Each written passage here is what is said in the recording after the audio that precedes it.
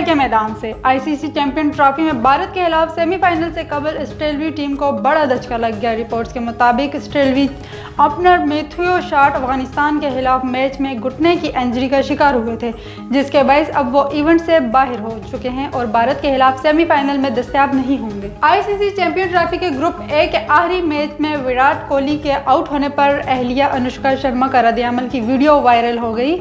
विराट कोहली का न्यूजीलैंड के खिलाफ मैच कैरियर 300 वनडे इंटरनेशनल है। पाकिस्तान के खिलाफ सेंचुरी बनाने वाले विराट कोहली न्यूजीलैंड के खिलाफ 11 रन बनाकर आउट हो गए। आईसीसी चैंपियन ट्रॉफी के बाद में ग्रुप मैच में भारत ने न्यूजीलैंड को 44 रन से शिकस्त दे दी। भारत की जानिब से मिलने वाले 250 रन के खदब के ताक़ब में न्यूजीलैंड की टीम 40वें ओवर में 205 रन बनाकर आउट हो गई।